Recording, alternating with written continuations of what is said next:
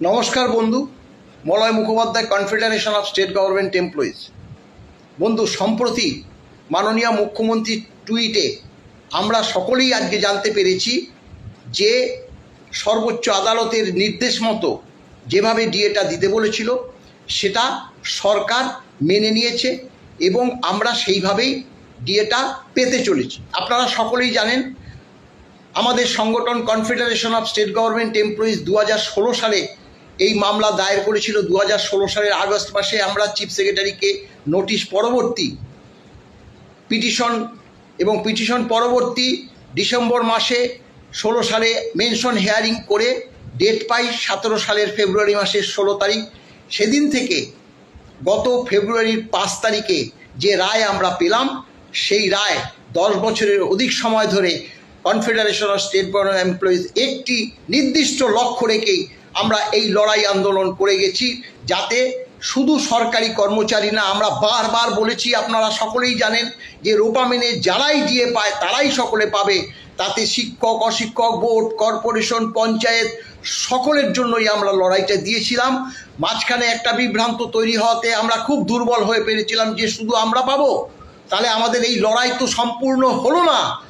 কিন্তু আজকে যখন আমরা জানতে পারলাম যে সরকার মেনে নিয়েছে, সকল ধরনের কর্মচারী সমাজ ডিএ পাবে, আজকে আমরা আনন্দ ধরে রাখতে পারছি না। আমরা আপনাদের কাছে আসলাম যে আজ পরিপূর্ণতা পেল যে সরকার ডিএ যে দেবে সেই মাফিক কিভাবে দেবে তার কিছুটা বার্তা পেয়েছি। নোটিফিকেশন যখনই প্রকাশ পাবে ডিটেলসটা আমরা বলবো।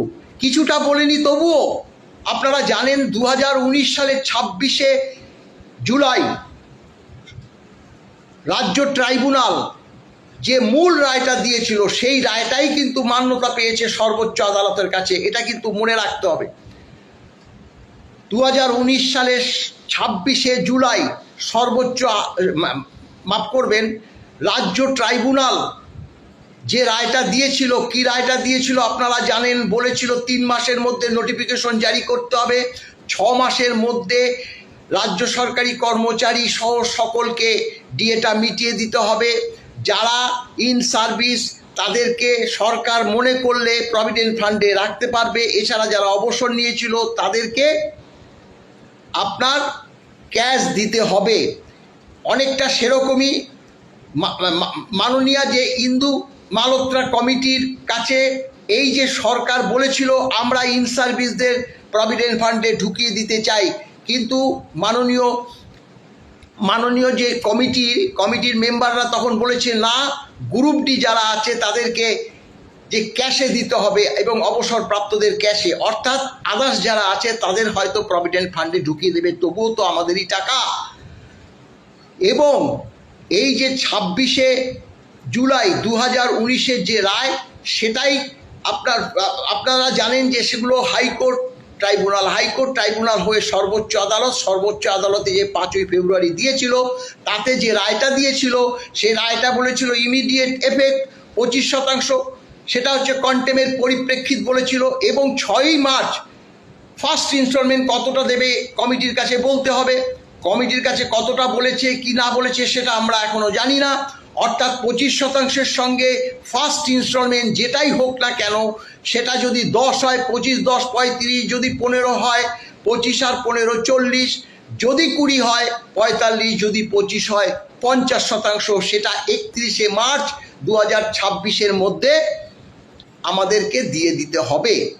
তাই কর্মচারী সমাজ আজকে এই যে মুখ্যমন্ত্রীর টুইটের পরিপ্রেক্ষিতে অনেকটাই আশ্বস্ত হয়েছে।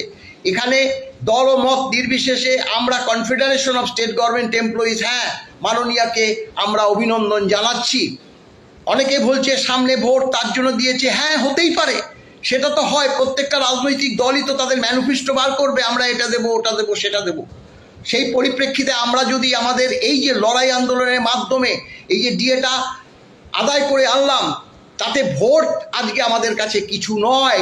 পরিষ্কার কথা, আজকে আমাদের এই যে ডিএটা পাবো, না হলে মাননীয় মুখ্যমন্ত্রীর নির্দেশ মতোই তো যেগুলো এই যে এমএ করলো বা রিভিউ করলো, সেটা তো সরকার বলতে তো মাননীয় মুখ্যমন্ত্রী, তিনি নিশ্চয়ই বলেছিলেন, আবার তিনি চিন্তাও করলেন যে ভোটের মুখে যদি এই ঘটনাগুলো ঘটাই তাতে আমাদের ক্ষেত্রে হয়তো অসুবিধা হবে, সেই কারণ হতে পারে, সেটা তো আমাদের বিচার্য বিষয় নয়।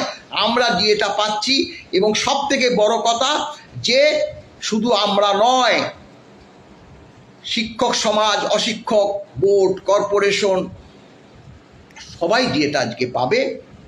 টুইটে পরিষ্কার বলা আছে, আপনারা মাননীয় মুখ্যমন্ত্রীর টুইটটা দেখে নেবেন, এবং খুব শীঘ্রই একটা নোটিফিকেশন জারি করবে। সেই জারিটা আমাদের লক্ষ্য রাখবে, পরবর্তী পর্যায়ে নিশ্চয়ই আপনাদের বার্তা আমরা তুলে ধরব। ভালো থাকবেন, নমস্কার।